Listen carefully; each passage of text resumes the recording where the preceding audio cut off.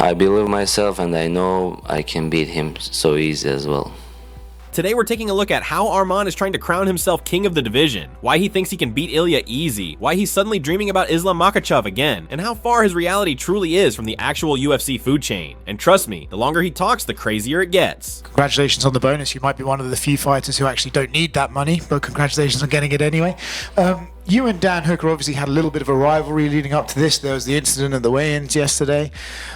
What were you guys talking about in the cage after the fight? I just said, this is a game business, just it's a fighting, but I don't have anything personal to you, and you're the man, you're only guy who fought with me, and if you didn't take this fight, I wasn't be here, and thank you. Just a moment ago, Arman acted like he was Thanos with the full Infinity Gauntlet collection. And 1 second later, he turned sentimental, as if he's about to hand Dan Hooker an Oscar. He thanks him like a guy who finally found someone to help him move apartments because everyone else suddenly didn't have time. And that's no coincidence. Arman admits himself that Hooker was the only one who actually had the guts to take the fight. And here's the problem for our altitude pilot. And if you're really the #1 contender, you've normally got 10 guys lined up ready to take your head off. Not a Dan Hooker whose career has more plot twists than a Netflix drama series. But this moment already reveals everything. Arman talks as if the entire division is hunting him, when in reality it was Hooker or nobody. And that makes what he says about Ilia next even wilder. So obviously you called for the championship fight. It's been a long time coming for you fighting for the title. It's not Islam anymore, it's Ilia. Are you a little bit disappointed that this week Ilia didn't seem to want to have anything to do with you? I mean, I didn't want to mention too much Ilia because I was focused on my fight. But after today, I'm gonna try to again create some crazy videos that are gonna be viral and try to make a joke, and to bring a lot of eyes for that fight, because it's like a media sport too. You gotta be a good fighter and a good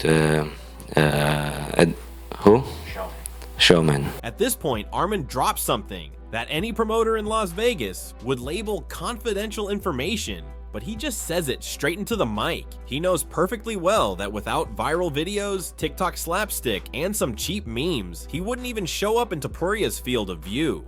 The man doesn't sound like a title contender. He sounds like someone who just monetized his YouTube channel and desperately needs content now. While Ilia Topuria is somewhere polishing a championship belt without even unlocking his phone, Arman is planning his next crazy viral joke video like an MMA-flavored Jake Paul on caffeine.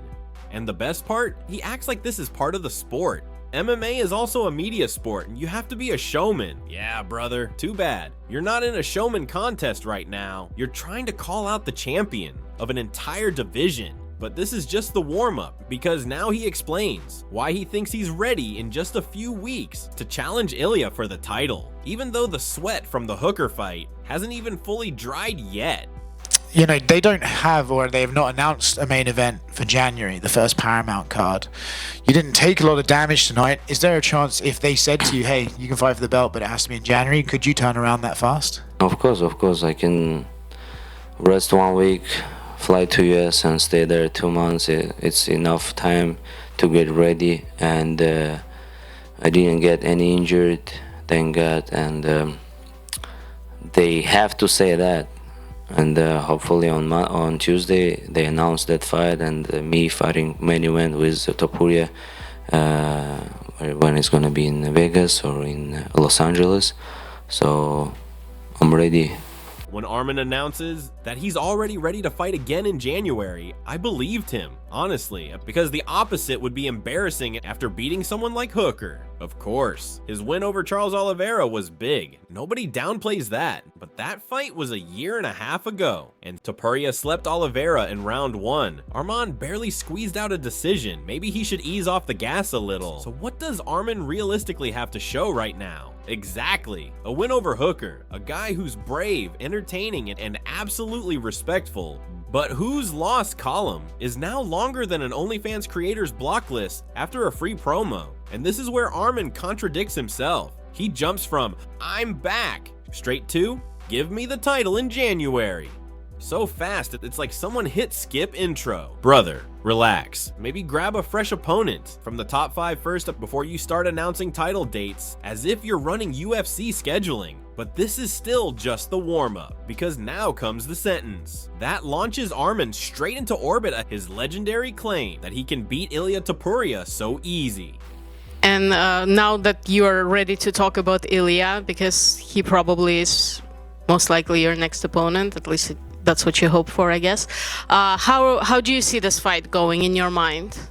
In my mind, like I can strike with him on the long distance, but whenever he wants to try like to box me and throw his hard punch, at that moment I'm gonna shoot and take him down.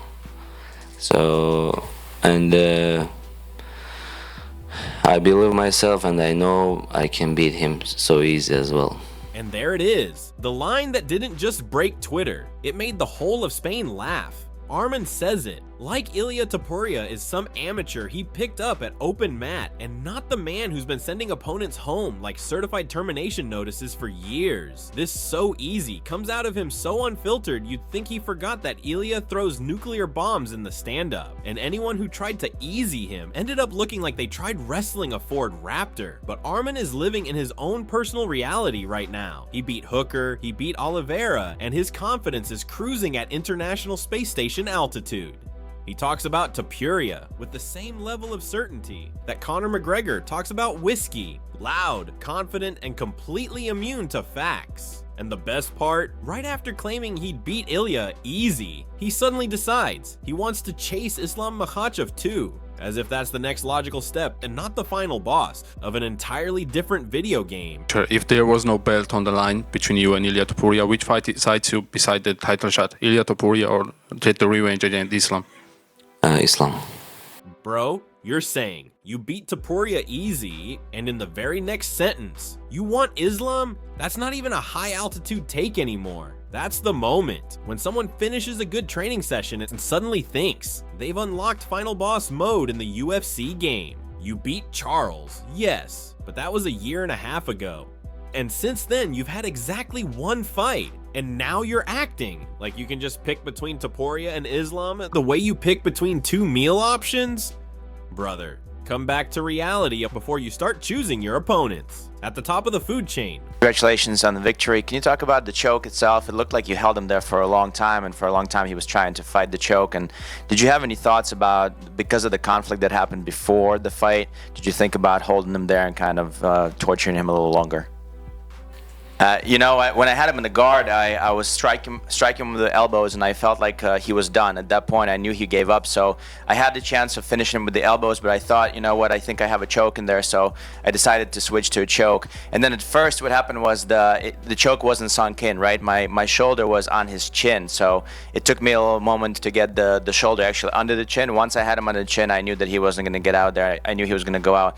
And, you know, I'm really good at that choke. It's the same thing that I did to Benson Henderson in our grappling match. He also tried to wiggle around, but, you know, nobody gets out from that. Arman explains his choke here with the confidence of a guy who knows exactly how clean the sequence was. He says Hooker gave up. He adjusted the angle, and that was that. Technically, he's right. The finish was controlled, precise, and completely deserved. But here's the interesting part. While Arman breaks down the choke calmly, it still sounds like he's trying to prove he's already operating at the elite championship level. And even though the choke was solid, the contrast remains a dominant moment against Hooker. Doesn't automatically make you ready for someone like Ilia Topuria. And that leads us straight to the next moment where Arman is asked if Ilia even watched his fight. Hello Arman, how are you? Congratulations for your victory.